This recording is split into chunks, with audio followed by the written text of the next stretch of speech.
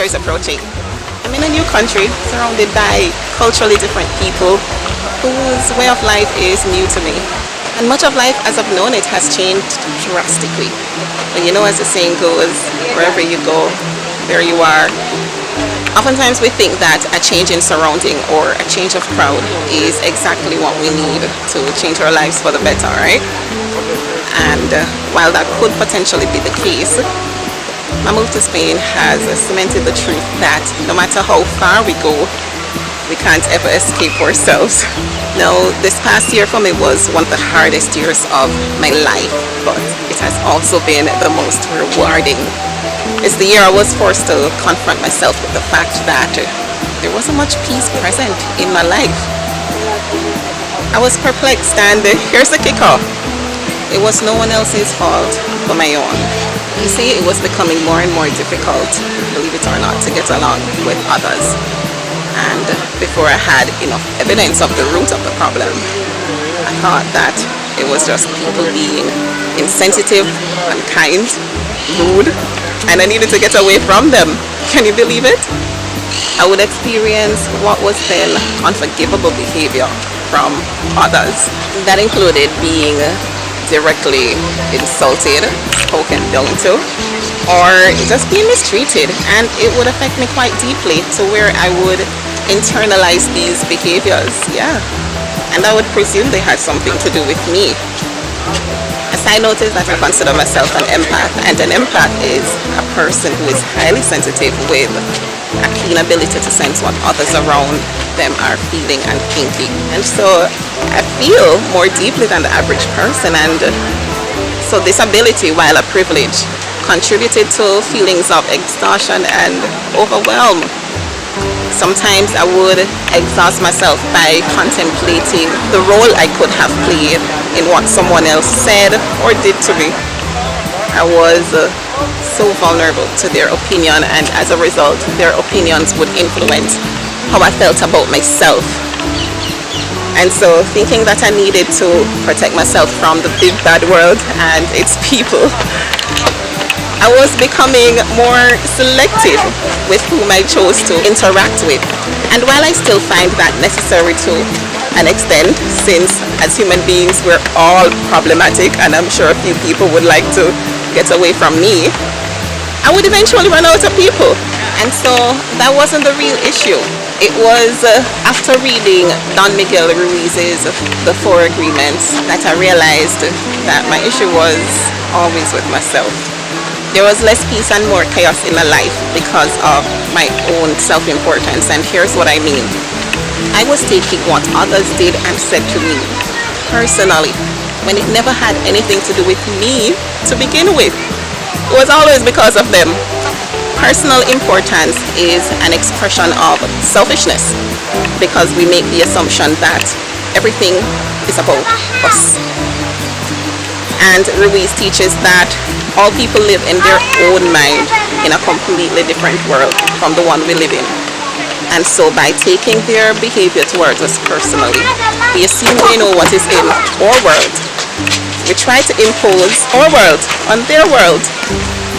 And so this is where he was speaking to me when he advised that even if people insult me directly, it only has to do with the agreements they have made in their own mind, the narrative that they have created and believe. And so taking things personally makes me pray for these predators, or black magicians, as Ruiz calls them. And because of this vulnerability, they're able to hook me with one little opinion and feed me whatever poison they want. And so by not taking it personally, I'm immune to this poison. And you know, I used to get annoyed when I heard this phrase, don't take it personally. And I was like, how can I not? The person is talking to me personally, except they're not really talking to me. They're speaking on what they've concluded about me. They're speaking to how they have chosen to see the world, and that still has nothing to do with me.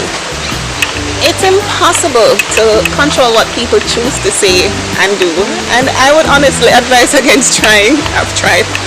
There's no telling what in their current life or past is influencing how they choose to treat others. And it is solely self-importance to make their decision about me. Ruiz says we set ourselves up to suffer for nothing, and I really was suffering. If someone, for example, tells you you're stupid and you take it personally, then you perhaps believe you're stupid, and why would you? That's actually a greater question to unpack than pondering the reason behind someone calling you stupid. This is something that you take personally because you agree with what's said. As soon as you agree, that poison goes through you. If someone shares the opinion that we look fat or ugly, truth is that person is dealing with his or her own feelings, beliefs, and opinions. And so that person tries to send poison to you.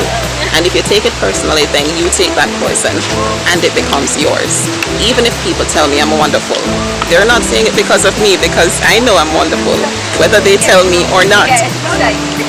Their opinion doesn't make it any more true or untrue. Others are going to have their opinions according to their belief system. So nothing they think about me or do to me is really about me. There is no need to feel offended or defend my own belief, making something so big out of something so little.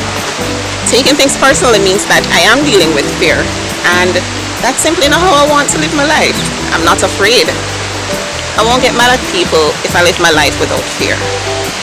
If I love in spite of what people do or say, there is no place for any of these emotions when you think about it.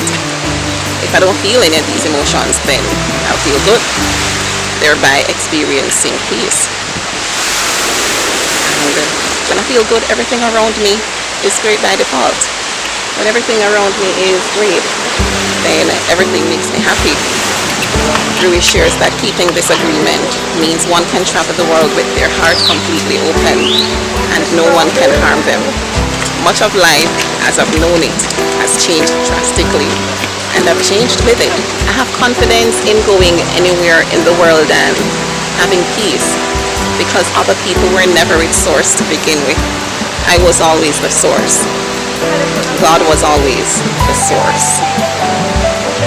And so I'm now able to live in a state of bliss because, oh my God, I'm so sorry that I didn't record this, but a lady just stopped and had her husband take a picture with her and I, and she said, you're beautiful woman, where are you from?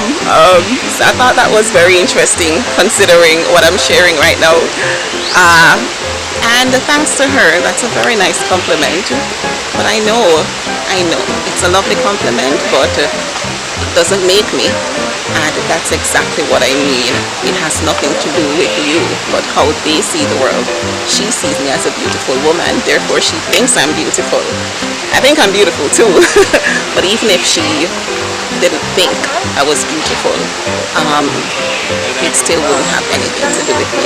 You know what I mean? Alright, so the sun is going down, so let me just hurry and wrap this up. As I was saying, nothing others feel, say, think, or do has anything to do with me directly. Even if it's positive, I'm therefore free of the opinions of others. Now, if you've reached this far, please type "peace be with you" in the comments. Thank you for watching. I wish you the best to come for the new year, and may you too be free of the opinions of other people. I love you and I'm rooting for you. Bye.